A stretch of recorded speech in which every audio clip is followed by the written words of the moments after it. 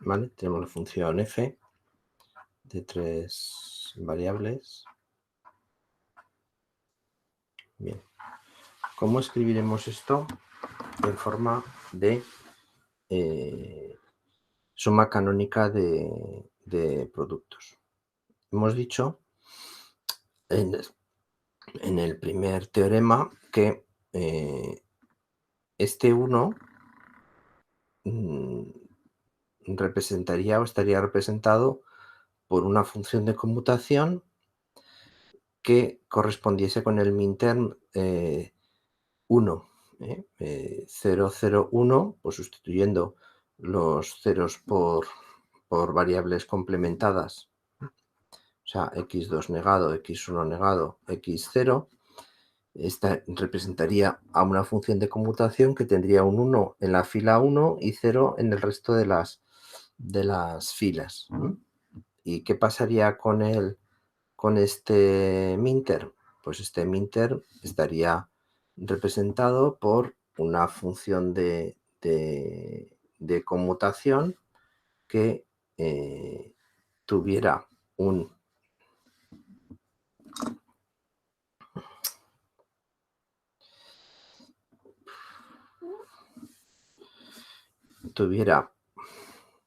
a ver si consigo.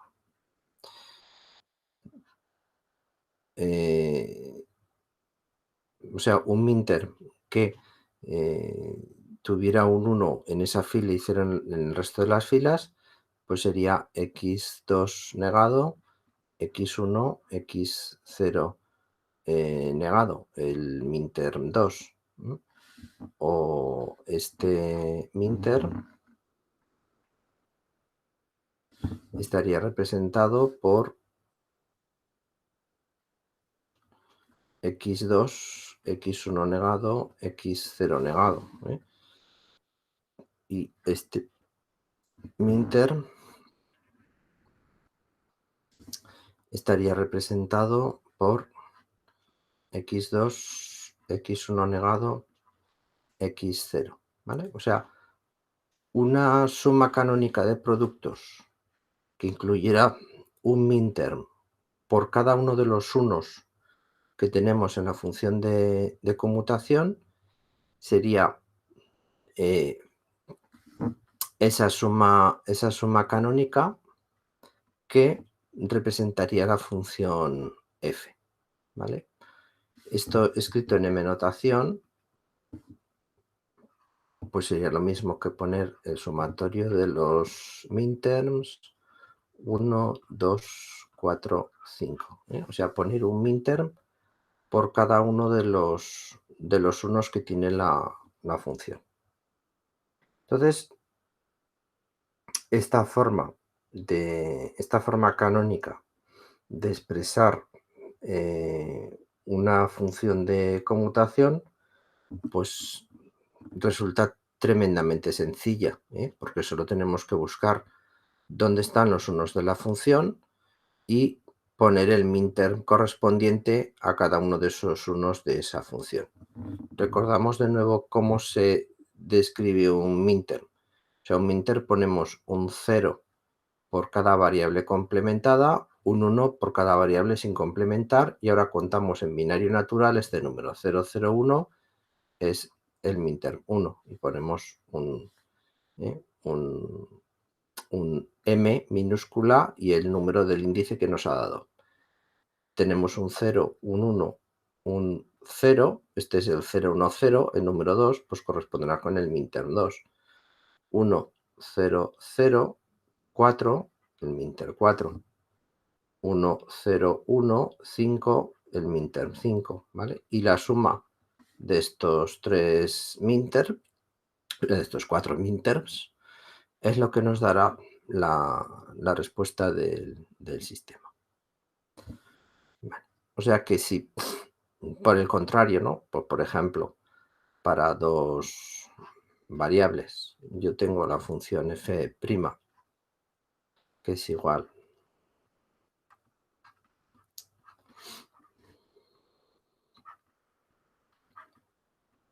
a esta expresión,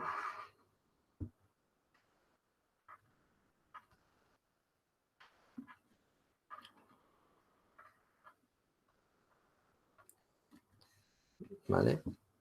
¿Qué diría que es esto? Pues esto es el minterm 2 más el minterm 3 más el minterm 0. O sea, tengo que poner un 1 en la fila 0, un 1 en la fila 2, un 1 en la fila 3. Y en el resto de las filas, un 0. ¿Vale?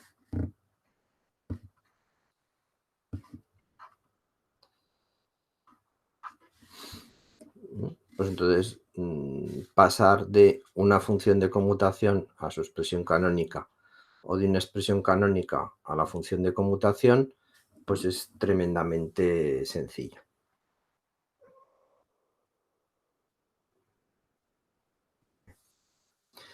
Bueno, ¿y qué hago si yo tengo una expresión de conmutación que no es canónica?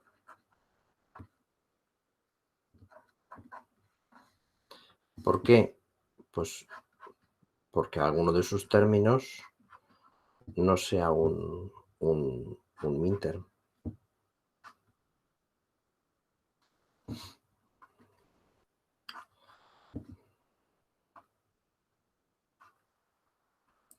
¿Vale? Vamos a imaginar que tenemos esta expresión, ¿vale? No es canónica, ¿por qué? Pues porque este término y este término no son minterms. Al primer término le falta la variable x1, al segundo término le falta la variable x2.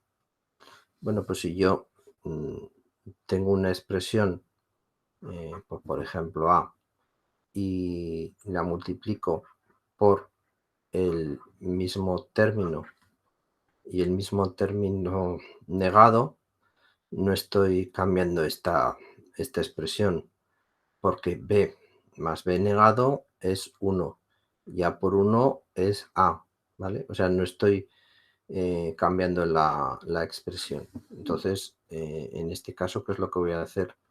Pues voy a multiplicar por la variable que falta, poniéndola sin negar y negada, ¿vale? Entonces, aquí estoy multiplicando por x1 más x1 negado y como hemos visto antes, no estoy cambiando la expresión y el x1 negado y el x0 negado, x2 más x2 negado, ¿vale? Y ahora desarrollo. x2, x1 negado, x0 más x2, x1, x0 más x2, x1 negado, x0 más x2, x1 negado, x0 negado más x2 negado, x1 negado, x0 negado, ¿vale? ¿Y qué pasaba cuando yo tenía a más a? Pues a más a es a. O sea que si aquí tengo algún minterm repetido, como por ejemplo este minterm y este minterm están repetidos, pues es una expresión más la misma expresión, pues tacho una de las dos, ¿no? Me da igual, ¿vale? Y ahora ya esto ya sí que es una expresión canónica que diríamos a ver cuál es. Pues este es el minterm 5, el minterm 7, el minterm 4 y el minterm 0. ¿Vale? O sea, será igual al sumatorio de los minterms 0, 4, 5, 7. ¿Vale? Entonces, de esa forma hemos convertido la expresión en canónica. Y otro ejemplo. x2, x1 negado, x0 negado, más x0 negado. Aquí nos falta las dos variables, x2 y x1. Pues simplemente multiplicamos por x2 más x2 negado y x1 más x1 negado. x2 más x2 negado, x1 más x1 negado por x0 negado, ¿vale? Y ahora desarrollamos. Entonces esto quedará x2, x1 negado, x0 más x2, x1, x0 negado más x2, x1 negado, x0 negado más x2 negado, x1, x0 negado, más x2 negado, x1 negado, x0 negado. Miramos a ver, ¿hay alguna que esté repetida? No, en este caso no. Y esto será el sumatorio de los minterms. El primero es un 5, 6, 4, 2, 0. ¿Vale? Serán los minterms que tengo yo en esa función. ¿Vale? Bien.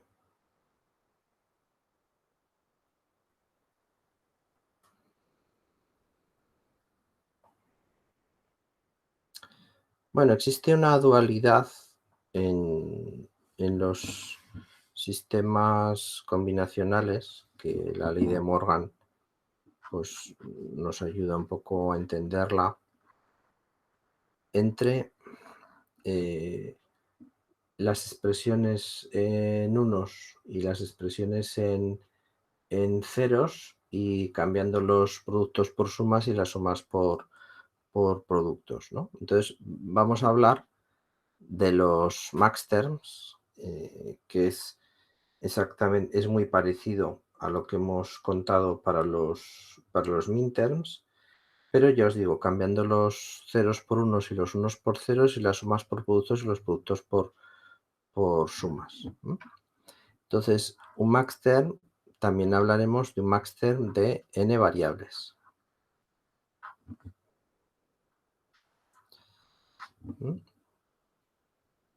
Y es una suma de n literales donde cada literal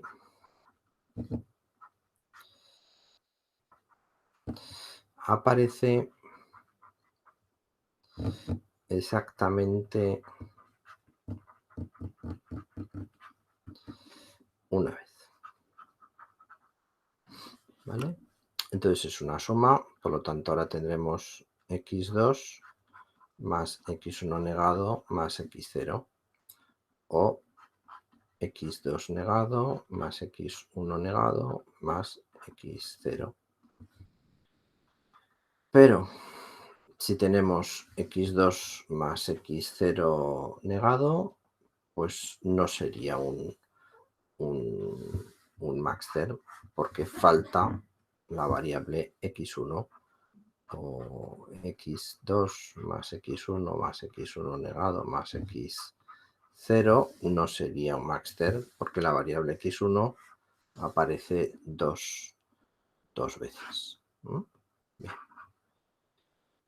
Si antes hablamos de m notación con m minúscula, ahora hablaremos de m notación con m mayúscula. Entonces lo que hacemos es sustituir una variable complementada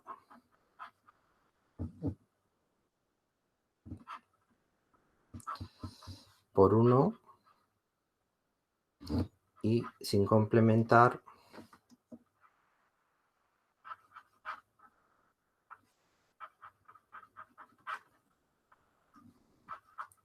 por 0, ¿vale? Y esto es el índice i del número, ¿vale? Por lo tanto, si tenemos x2 más x1 negado más x0, pues cambiaremos el x2 por un 0, el x1 por un 1 y el x0 por un 0. Entonces, esto quiere decir que esto es la variable m mayúscula sub 2, 0, 1, 0, ¿vale? Hemos cambiado el sentido, ¿no? En los minterms eran las sin complementar por un 1 y las complementadas por un 0. Los maxterms son las sin complementar por un 0, las complementadas por un 1. Si tenemos x3 más x2 negado más x1 negado más x0, esto será el max term 6, porque esto será 0, 1, 1, 0. 4 y 2, 6. ¿Vale? Será el maxterm 6.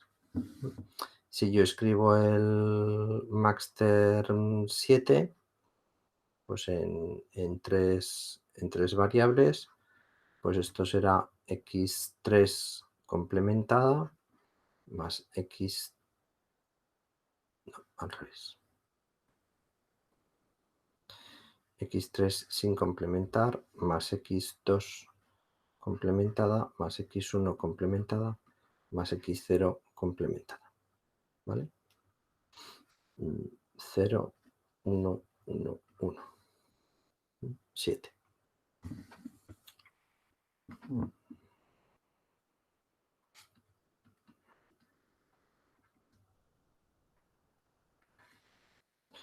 Teorema.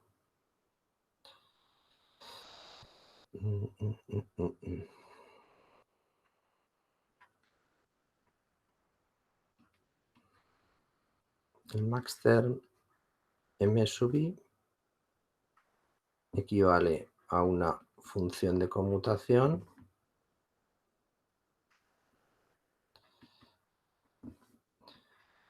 que tiene 0 en la fila i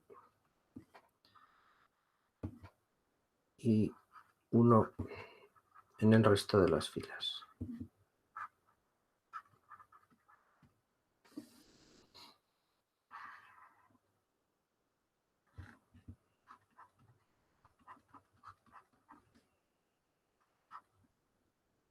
Ponemos el maxterm 3.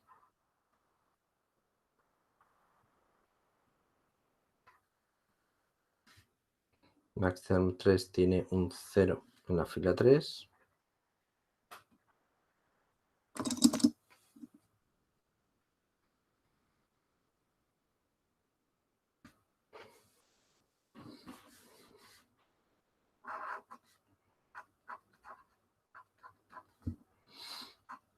Y 1 en el resto de las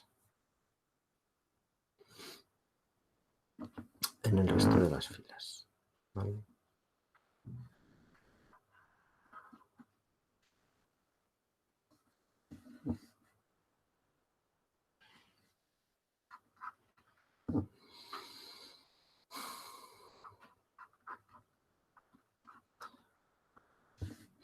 Bueno, pues igual que en el caso anterior, podríamos verificar que esta condición se cumple, ¿no? Vamos a verificarlo para esta fila. Será x2, 0 más x1, 1 negado 0 más x0, 1 negado 0. Pues 0 más 0 más 0 es 0.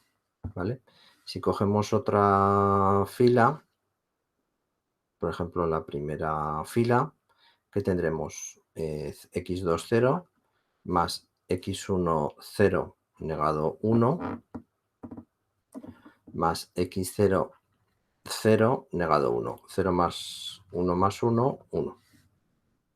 Bueno, pues podríamos, igual que hemos hecho con el caso de los minterms, verificar sistemáticamente todas las filas y veríamos que la igualdad se cumple.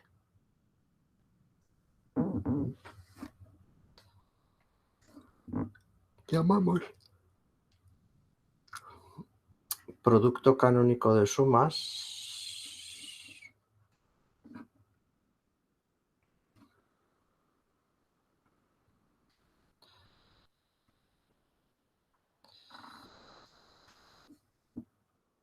a un producto de maxterms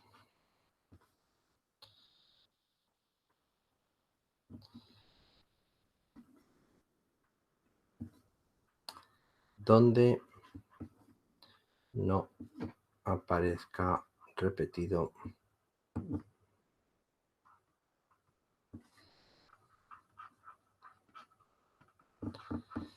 ningún maxterm.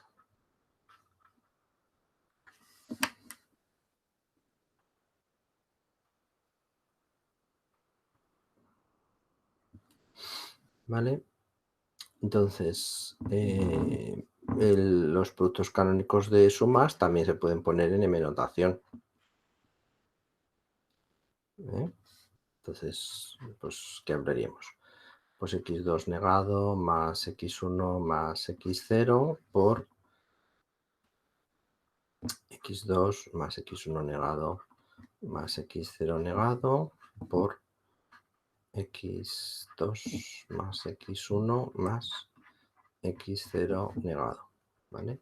Entonces, este max term primero es el 100, max term 4, el segundo es el 011 por el max term 3 y el cuarto es el 001, el max term 1.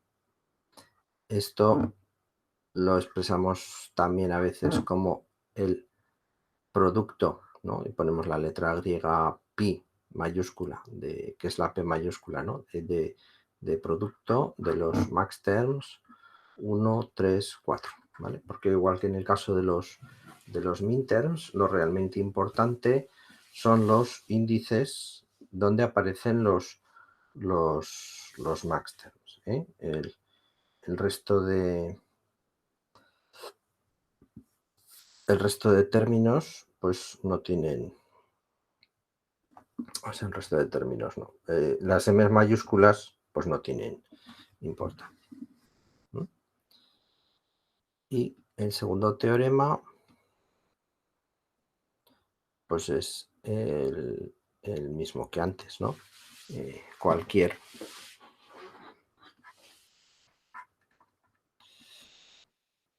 función de conmutación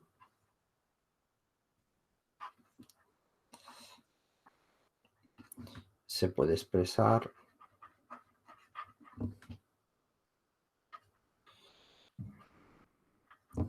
como un producto canónico de sumas. ¿Vale?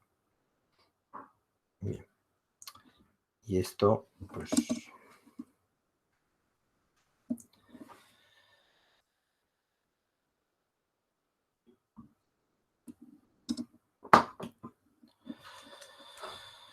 podemos, pues bueno, poner una función de conmutación cualquiera. Tenemos una función f de 3 variables.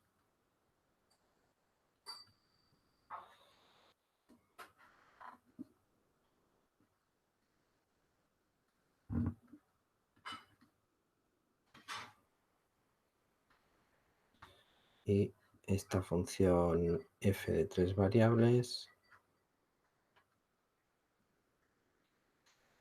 ¿vale? ¿Qué es lo que tendremos ahora? Cada cero de la función equivale a un max term. Este será el max term 0, este será el max term 2, este será el max term 6 y este será el max term 7.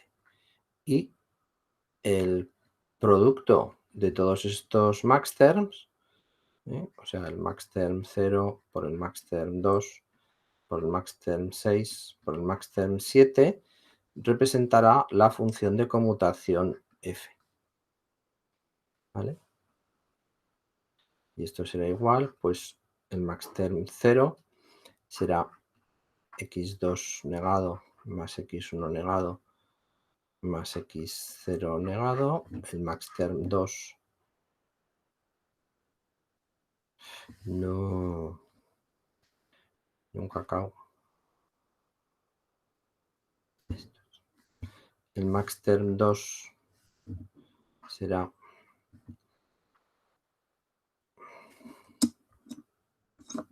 x2 más x1 negado más x0. El max term 6 será x2 negado más x1 negado más x0, el maxterm 7 será x2 negado más x1 negado más x0 negado, ¿vale? Y si lo que hacemos es multiplicar los ceros de la función, pues obtendremos esa función de conmutación. De igual manera, pues por ejemplo, si tendríamos x1 más x0 negado, x1 negado más x0 negado, esto equivale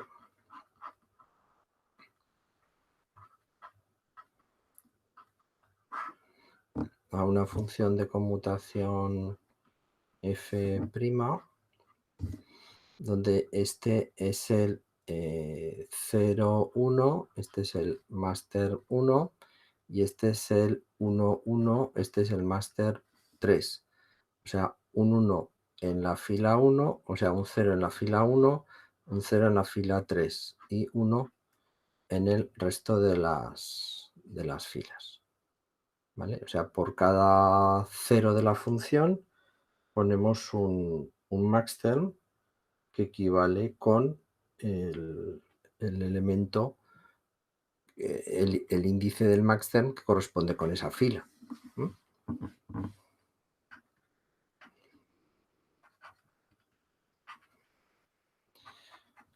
¿Cuál es la equivalencia entre los minterms y los maxterms? Hombre, pues si los minterms representan los unos de la función y los maxterms representan los ceros de la función, pues claro, si en esta función hemos puesto que estos son los maxterms que aparecerían, pues los que no están son los minterms, ¿vale? Y la función f también se podría escribir como suma de los minter 1 más el minterm 3 más el minterm 4 más el minterm 5. Y esto, pues escribirlo como x2 negado, x1 negado, x0, x2 negado, x1, x0, x2, x1 negado, x0 negado, x2, x1 negado, x0, ¿vale? Esta sería la función f expresada en maxterm. Esta sería la función f expresada en minterm.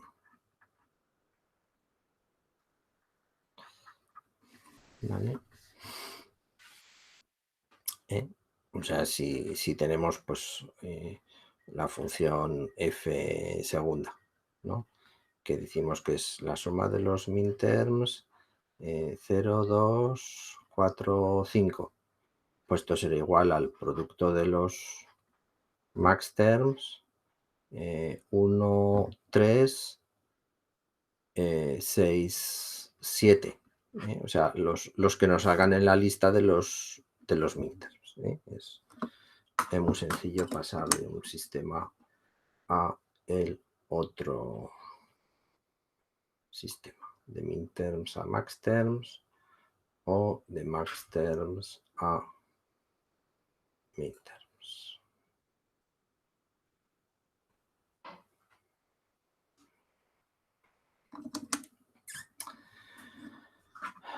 Vale, ¿tenéis alguna pregunta de esto?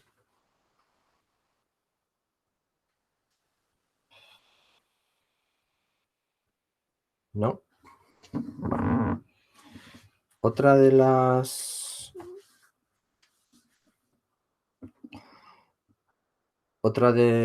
las cosas que podemos plantear es los sistemas de simplificación de funciones de de conmutación. Entonces, esos sistemas de representación de funciones de conmutación que nos permiten simplificar esas funciones de conmutación. Entonces, hay dos métodos. Está el método de los mapas de Carnot y está el método de Quinn-McCluskey. Pues vamos a ver el primero de los dos. Representación. El método de Quinn-McCluskey no lo llegaremos a estudiar.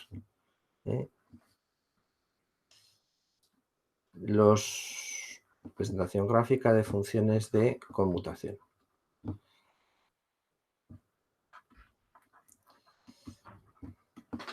Versus mapas de Carnot.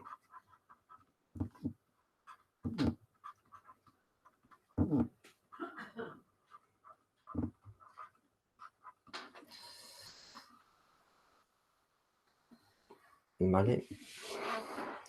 Entonces, los mapas de Carnot sirven para representar gráficamente funciones de conmutación, para obtener expresiones equivalentes a esas funciones de conmutación cuando el número de variables es pequeño, ¿vale? O sea, nos dan una forma muy sencilla de representar y de simplificar funciones de conmutación para 2, 3, 4, 5 variables, en algún caso 6 variables, pero ya si nos vamos a más de 5 variables, pues ya empieza a ser un sistema de representación muy complejo, entre otras cosas porque para representarlo bien, pues casi os va a sonar raro, ¿no? Pero necesitamos sistemas n-dimensionales, y pues conforme vamos aumentando el número de variables se hace cada vez más y más complejo. Por contra, el método de Quinn-McCluskey es un método sistemático que puede resultar mucho más largo que el método de los mapas de Carnot, pero que sin embargo lo podemos implementar para cualquier número de variables, y podemos escribir un programa de ordenador además que implemente este método, ¿vale? Entonces, la ventaja que tiene es que es más sistemático. Entonces, como es más sistemático y ordenado, pues cuando el número de variables es grande, pues no nos queda otra solución, ¿vale? Sin embargo, pues bueno, como el tipo de problemas que tratamos en este curso son problemas sencillos, pues los mapas de Carnot pues serán más que suficientes. Bien. Entonces, las variables que queremos representar las dividimos en un vector de filas y en un vector de columnas, en forma de mapa, ¿vale? Entonces, vamos a empezar a ver cómo serían los mapas. Pues, por ejemplo, el mapa de dos variables, ¿vale? Entonces, un mapa de Carnot de dos variables tendría este aspecto, donde aquí tendríamos la variable x1 y aquí tendríamos la variable x0. ¿Vale? Bien. ¿Cómo introduciríamos, por ejemplo, la función f? Bueno, pues la función f que tuviese un 1 en la posición 1, pues ¿cómo sería? Pues tenemos aquí las dos variables, ¿no? x1, x0. Hemos partido el vector de variables en dos trozos. O sea, por un lado la variable x1, y por otro lado la variable x0, ¿vale? Entonces, lo que tengamos en esta columna es lo que aparece en las filas, lo que tengamos en la columna de x0 es lo que aparece en las columnas del mapa. Por ejemplo, entonces, si lo que tenemos que buscar es esta posición del mapa, ¿qué hacemos? Pues buscamos en x1 el 0, o sea, la fila 0, y en el x0 el 1, o sea, la columna 1. Pues en el punto en el que coinciden fila y columna es donde yo pongo este valor. En los mapas de Carnot podemos representar, bueno, representamos todos los valores de la función. Representamos los ceros y representamos los unos, ¿vale? Lo que pasa es que por comodidad o por simplicidad, o pintamos los ceros de la función o pintamos los unos de la función. ¿Por qué? Pues porque en binario no puede haber ningún otro valor distinto, ¿no? O es 0 o es 1. Entonces, si solo hemos pintado los unos, pues entendemos que las casillas que dejamos en blanco son los ceros de la función, ¿vale? Entonces, la mayor parte de las veces, o sea, o siempre, representaremos la función de conmutación, por ejemplo, de esta forma, ¿eh? Solo si tiene un 1, pues solo poniendo un 1. ¿Y qué tipo de representación utilizamos? Utilizamos representación de minterms basada en unos o representación de maxterms basada en ceros. Pues cualquiera de las dos, ¿eh? La que menos compleja salga. Entonces, si hay menos unos que ceros, utilizamos la representación de minterms. Si hay menos ceros que unos, utilizamos la representación de maxterms, ¿vale?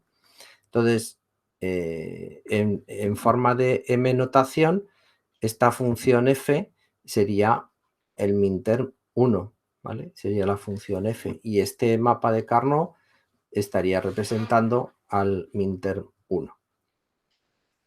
Bien. Vale, este es el caso más sencillo de todos.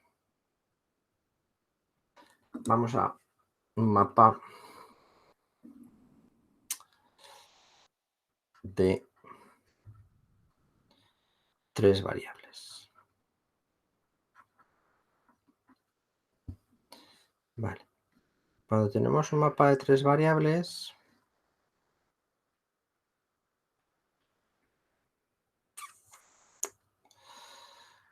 bueno, vosotros creerme si os digo que esto que hago son líneas rectas.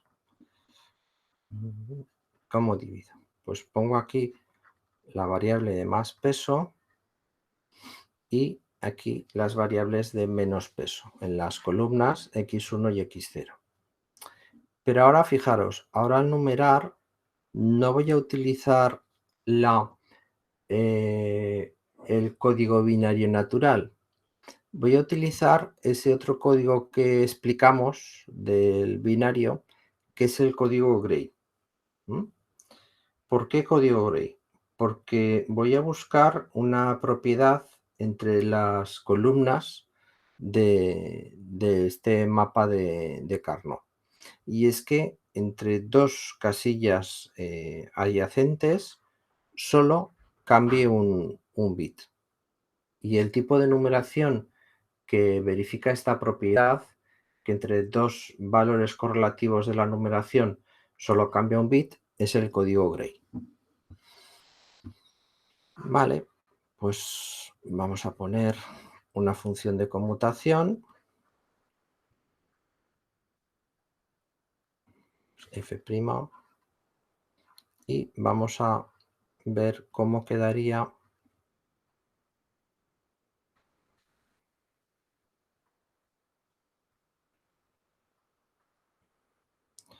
representados los valores de esa función de conmutación.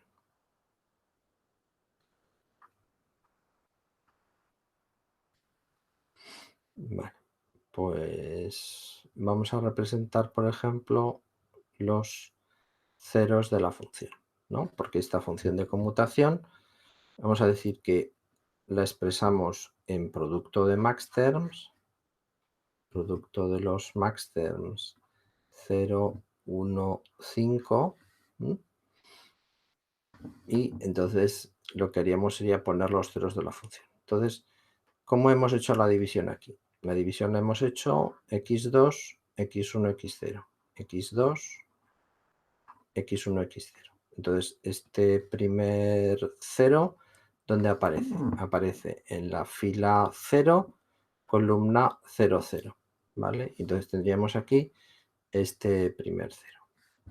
Este segundo 0, fila 0, columna 0, 1. Tendríamos ahí ese 0. Este tercer 0 estaría en la fila 1, columna 0, 1. Sería ese tercer 0.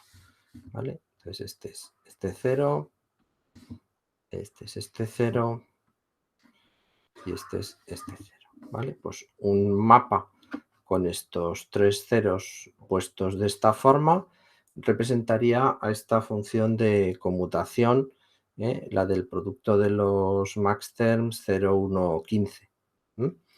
Bueno, pues esto también para trabajar un poco esta parte que hemos dicho de equivalencia entre minterms y maxterms, pues sería el sumatorio de los minterms 2, 3, 4, 6, 7, que entonces correspondería con poner 1 en las casillas que faltan del mapa de Carnot. Fijaros ahora que claro se ve, ¿no? Pues este sistema de equivalencia que hemos explicado entre los minterms y los maxterms, ¿vale? Bueno, pues este sería un mapa de tres variables y cómo utilizar el mapa de tres variables para representar una función de conmutación.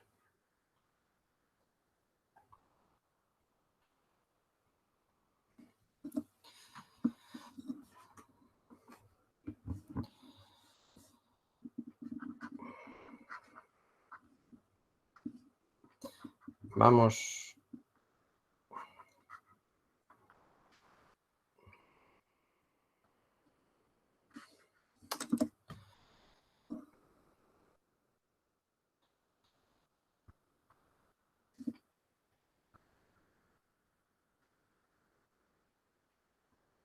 con un mapa de cuatro variables.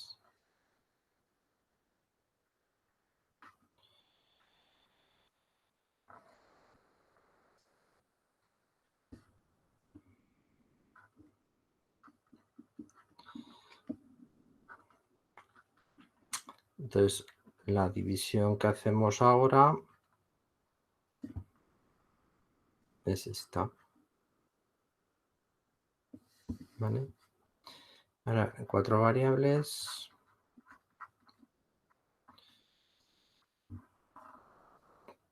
una función de conmutación f segunda, pues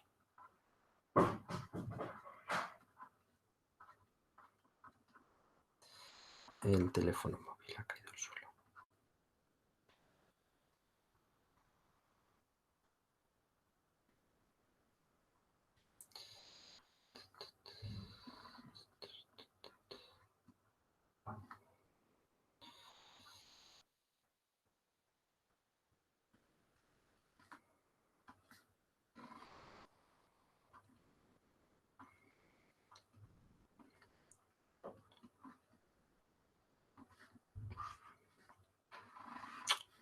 ¿Vale? Y pues bueno, ¿cómo sería esta función? 0, 1, 1, 0, 1, 0, 0, 1, 0, 0, 1, 0, ¿vale? O expresado como sumatorio de minterms, el sumatorio de los minterms 1, 2, 4, 9, 10, 14. 14. 2, 4, 6, 1, 2, 4, 5, 6, ¿vale?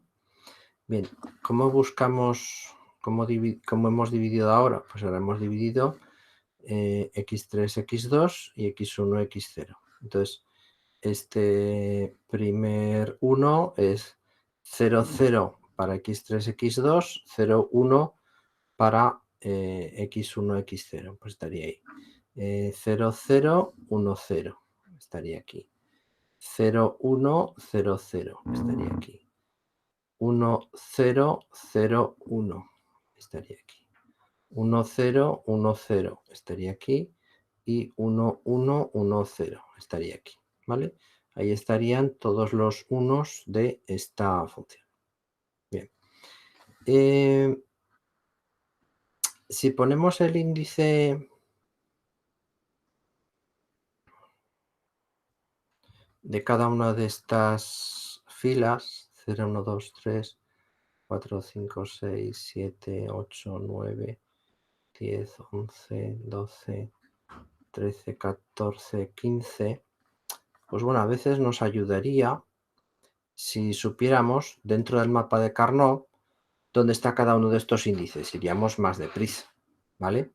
Bueno, pues vamos a ver cómo se cuentan los índices, cómo se cuentan las casillas dentro del mapa de Carnot. Pues esta es la casilla 0, esta es la casilla 1, esta es la 2, esta es la 3, 4, 5, 6, 7, 8, 9, 10, 11, 12, 13, 14, 15, ¿vale? Fijaros cómo se hace, cómo contamos dentro del mapa de Carnot. Pues vamos de una casilla a la siguiente casilla, de la 0 a la 1. Saltamos una casilla, vamos a la 2 y luego volvemos una hacia atrás, vamos a la 3. Con las columnas ocurre lo mismo. Vamos de las filas, de la fila 0 a la fila 4, vamos de la fila 4 a la fila 8 y volvemos una fila hacia atrás, ¿vale? Este movimiento que parece como el movimiento del caballo del ajedrez, pero en estas filas, vamos para un lado para otro, pues sería la forma en la que vamos siguiendo la ordenación del... Uy, pues, pesados. Me querrán vender. Vamos siguiendo la ordenación del mapa de Carnot, ¿vale? Bien, pues esta será la forma de representar los datos en el mapa de Carnot de 4 variables.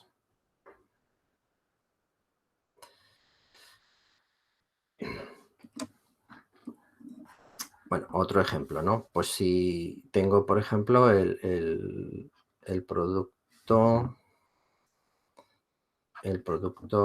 de los max terms 0, 1, 3, 6, 9, 11, 12, 14, ¿vale? Este mapa de Carnot.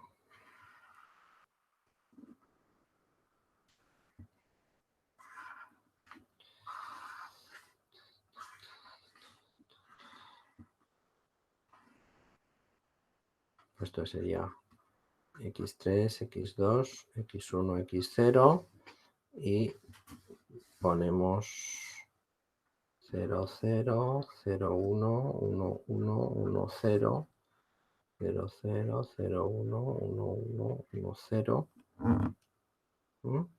Y ahora nos ponemos los índices de apoyo 0, 1, 2, 3, 4, 5, 6, 7, 8, 9, 10, 11, 12, 13, 14, 15, ¿vale? Y simplemente pues vamos poniendo los ceros en cada una de las casillas correspondientes. En la 0, la 1, la 3, la 6, la 9, la 11, la 12 y la 14, ¿vale? Pues ese sería ese mapa de Carnot. O sea, fijaros, si ya ponemos lo de los índices de las casillas, pues el escribir el mapa de Carnot pues es tremendamente sencillo, ¿vale?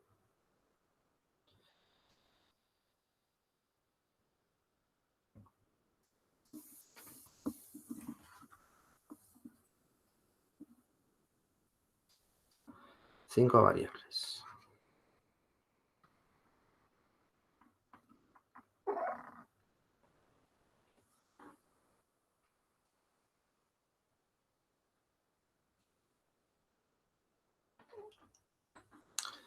Cinco variables. Entonces, en el caso de cinco variables, ¿qué tendríamos? ¿Cómo las representaremos? Cinco variables. Pues bueno, cinco variables, pues ya en algún sitio vamos a tener que poner tres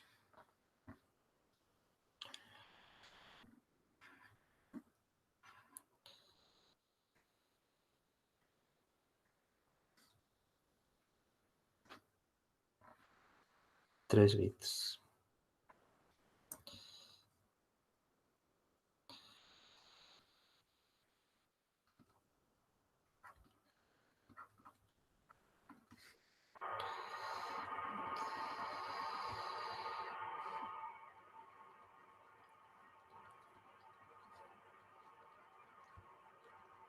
Y seguimos utilizando esta numeración en código Gray, ¿vale? Bien. ¿Cómo quedarían ahora las posiciones de las casillas? Esta doble línea es como una línea de simetría. Entonces, cuando pasamos de esta línea, las cosas están al revés. Entonces empezamos 0, 1, 2, 3, y entonces 4, 5, 6, 7, ¿vale? O sea, a la izquierda de esta línea escribíamos de izquierda a derecha, a la derecha de esta doble línea escribimos de derecha a izquierda, como si estuviésemos mirando, como si esto fuese un espejo y viéramos un lado reflejado con respecto al otro. 5, 6, 7, 8.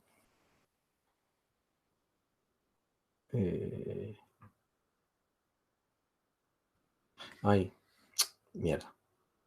Estúpido.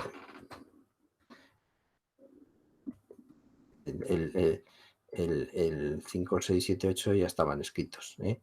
Seguimos en el 8. 8, 9, 10, 11, 12, 13, 14, 15, 16, 17, 18, 19, 20, 21, 22, 23, 24, 25, 26, 27, 28, 29, 30, 31, ¿vale? Esas serán las casillas del mapa de Carnot. Entonces, si queremos, por ejemplo, representar suma de los minterms 0, 1, 2, 6, 9, 11, 15, 17, 18, 20, 22, pues nada, simplemente ponemos un 1 en todas esas casillas.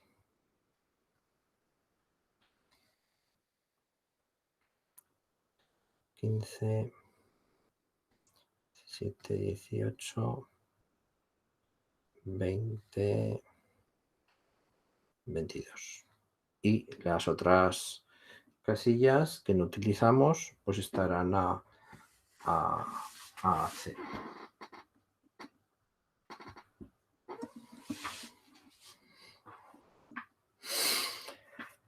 ¿Vale? ¿Alguna pregunta de esta parte?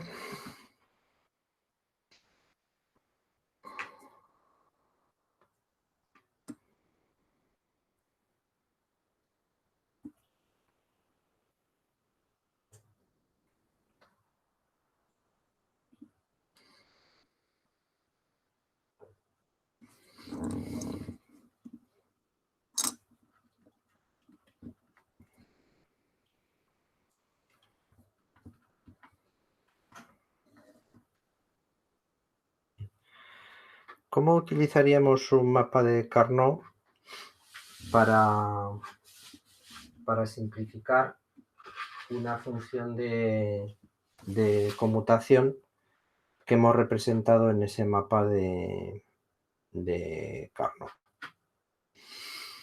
Bien, vamos a trabajar con un mapa de 3 variables. Es uno más sencillo, en principio.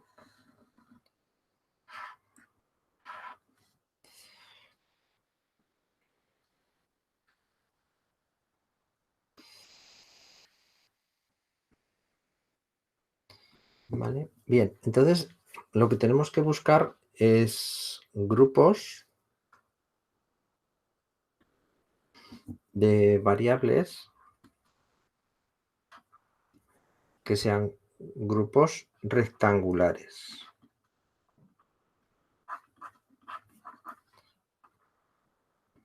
Y que cumplan dos condiciones. Que el número de variables sea una potencia de 2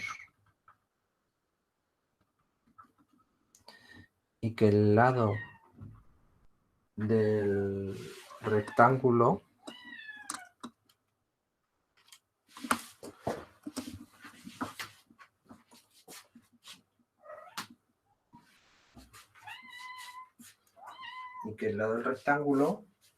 sea también una potencia de 2. Lado del rectángulo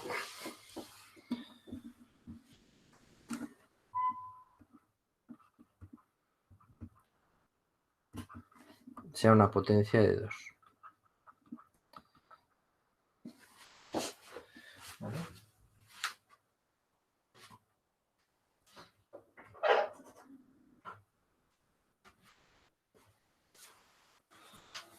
Bueno, pues en esas condiciones, pues, ¿qué rectángulos podríamos encontrar? Pues claro, si tenemos, pues, por ejemplo, aquí 2 unos, pues entonces podríamos formar con esos 2 unos un rectángulo así, de estas dos posiciones, ¿no? O si tuviéramos 4 unos aquí, pues podríamos hacer un rectángulo de estas 4 posiciones, ¿no? O sea, sería un cuadrado de 2 elementos, ¿no? Con 2 por 1, o sea, 2 elevado a 1 por 2 elevado a 0, sería un rectángulo de 2 elementos. Tendríamos aquí un rectángulo de 4 elementos de 2 al cuadrado por 2 a la 0, 4 elementos, ¿eh? O podríamos formar, pues si tuviéramos aquí 4 unos, pues podemos formar un cuadrado de 2 a la 1 por 2 a la 1, 2 por 2, 4, ¿vale? ¿Qué es lo que no podremos buscar? O sea, o definir, pues por ejemplo, un grupo de 3 elementos, porque 3 3 elementos no es una potencia de 2, o un grupo de 6 elementos, porque 6 elementos no es una potencia de 2, ¿vale? Solo podremos hacer grupos de esos tamaños.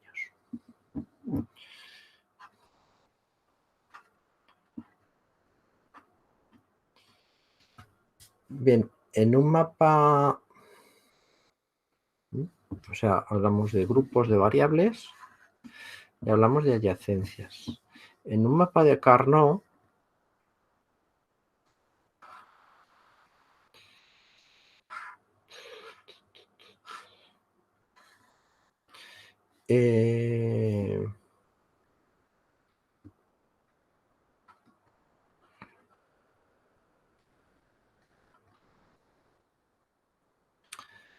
este lado, esta cara, es adyacente con esta cara, o sea, está conectada con esta, y esta cara es adyacente con esta cara, está una conectada con esta.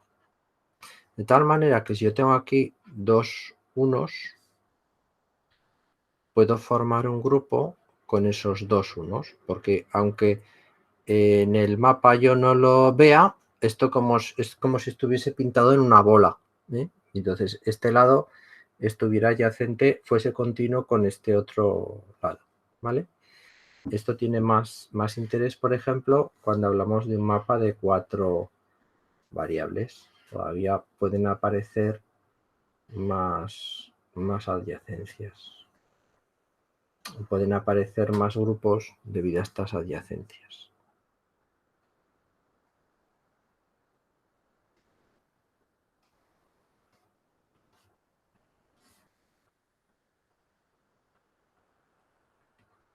¿Vale? Entonces hemos dicho que si tenemos 2 y 2 unos aquí, pues entonces hay una adyacencia entre este lado y este lado y pueden formar un grupo de 4 unos. O si tenemos 2 unos aquí y 2 unos aquí, pues se podría formar una adyacencia entre estos 2 unos y estos 2 unos, un 4 unos. Además, aquí podríamos formar un grupo de 4 unos, ¿eh? Independientemente de esas adyacencias entre los extremos del mapa de Carnot, ¿vale? Bien.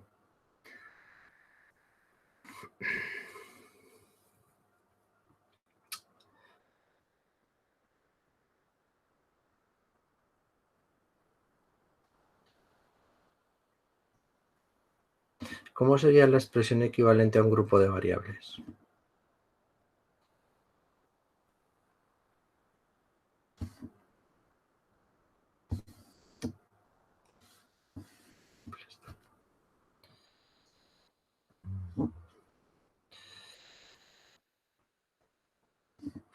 Vale.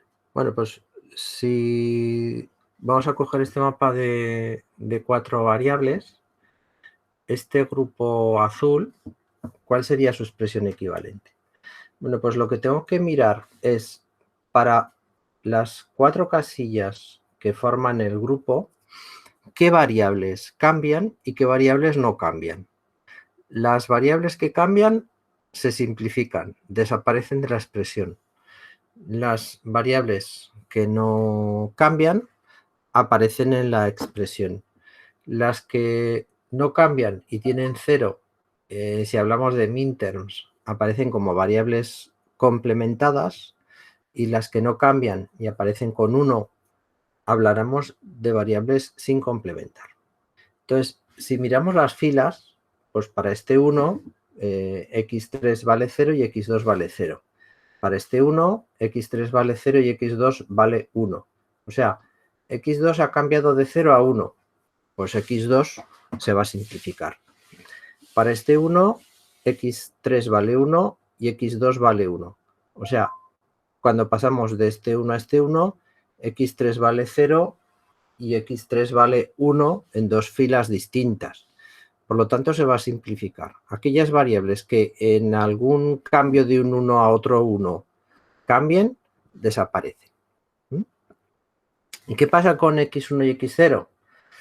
pues como estos 4 unos están en la columna, x1 vale 1 para todos los unos de la columna y x0 vale 0 para todos los unos de la columna.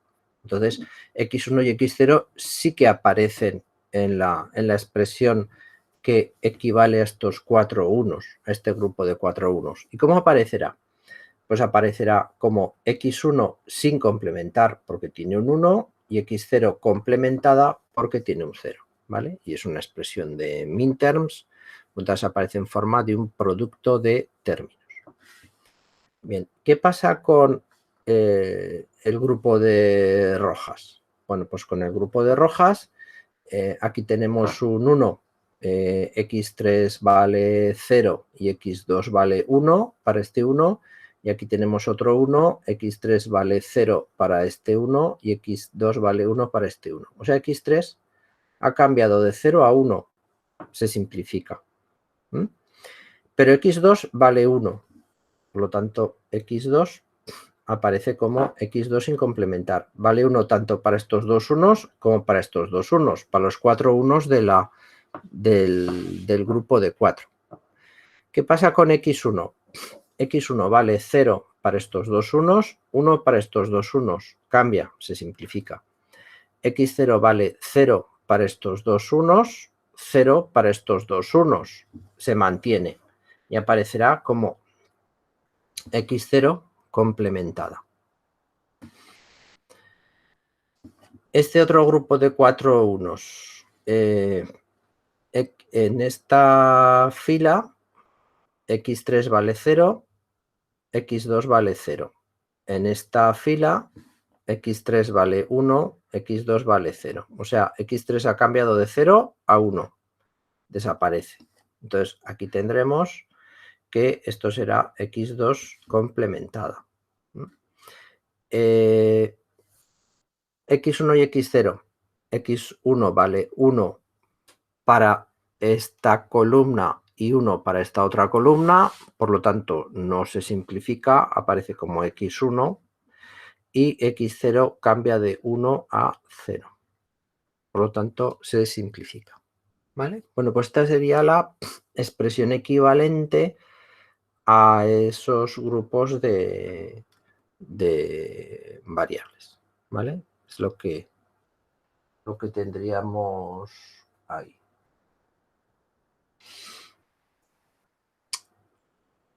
¿Vale? Bien. Esta pareja de unos que tenemos en el mapa de 3, pues ¿a qué expresión equivale? Pues sería x2, x0 negado, ¿vale? Porque x1 cambia de 0 a 1. Si tenemos este grupo de dos verdes que tenemos aquí, este sería x1, x0 negado. O este grupo de 4 unos que tenemos aquí, esto sería x0, sin negar. Y este grupo de 4 unos que tenemos aquí, este grupo de 4 unos, este sería x2. ¿Vale? O sea, de cada grupo que podemos formar en un mapa de Carnot, podemos buscar estos elementos. Bueno, me falta contar cómo son las adyacencias en un mapa de 5 variables. En un mapa de 5 variables, entonces, si os acordáis, hemos pintado esta doble línea.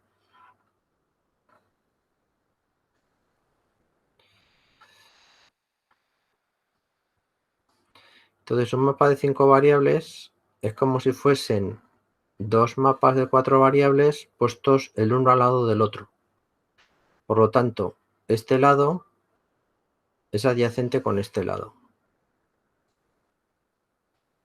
Este lado es adyacente con este lado. Este lado es adyacente con este lado. Y este lado es adyacente con este lado. ¿Vale? Pero a la vez, por esta línea central, es como si el mapa fuese un libro y se pudiese plegar sobre sí mismo. ¿Eh? O sea, si el mapa, perdón, que el mapa que tenemos aquí puesto sobre esta línea roja se pudiera plegar sobre sí mismo, de tal manera que esta casilla es adyacente con, bueno, quizás no sea ese el mejor ejemplo. Sí, bueno, esta casilla es adyacente con esta casilla, porque cuando lo plegamos por el centro, una queda encima de la otra, ¿vale? O este grupo de dos casillas es adyacente con este grupo de dos casillas, porque al plegarlos quedan el uno encima de la otra y podían formar un grupo de 4, por ejemplo, ¿vale? Vale. Entonces, aprovechándose de esas adyacencias, pues podríamos formar más grupos. Pues, por ejemplo, en el mapa este de 5 variables que tenemos pintado antes, ¿qué adyacencias podríamos encontrar? Pues mira, pues podríamos encontrar este con este, porque aquí, como tenemos esta adyacencia, el lateral, este lateral de ese mapa de Carnot con este lateral, pues se puede formar un grupo de 4. Pero también podríamos formar aquí un grupo de 2, porque este y este se quedan uno encima del otro. O aquí y aquí podríamos formar un grupo de 2, porque se quedan el uno encima del otro. Aquí tendríamos otra adyacencia dentro de un mapa de Carnot, de un mismo mapa. Aquí tendríamos otra adyacencia entre este elemento y este elemento. Y luego ya otras más sencillas, pues bueno, pues tendríamos aquí una pareja, aquí tendríamos otra pareja, aquí tendríamos otra pareja, ¿vale? Estas más sencillas porque pues responden a lo que encontraríamos dentro de un único mapa de Carnot.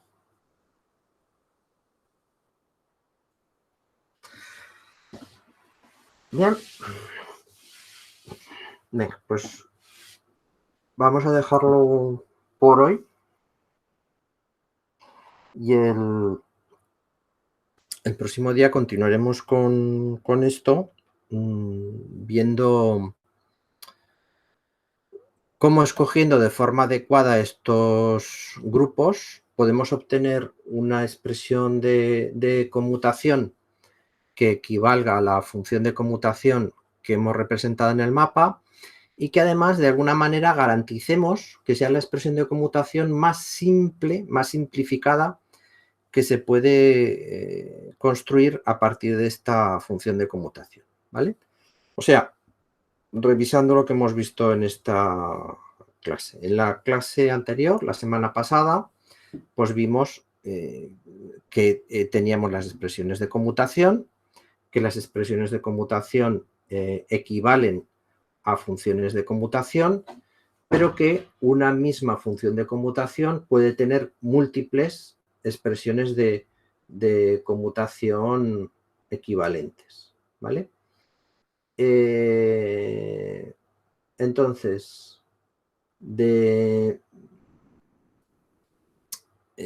una manera de obtener a partir de una función de conmutación una expresión única es la representación canónica, la representación mediante minterms o mediante maxterms. Y lo que vamos a ver en este último apartado es cómo a partir de una función de conmutación obtener una expresión de conmutación que también sea única, pero que ahora sea la más simple posible, ¿eh? Porque La expresión canónica no es la más simple posible. ¿Vale? Venga, pues lo vamos a dejar aquí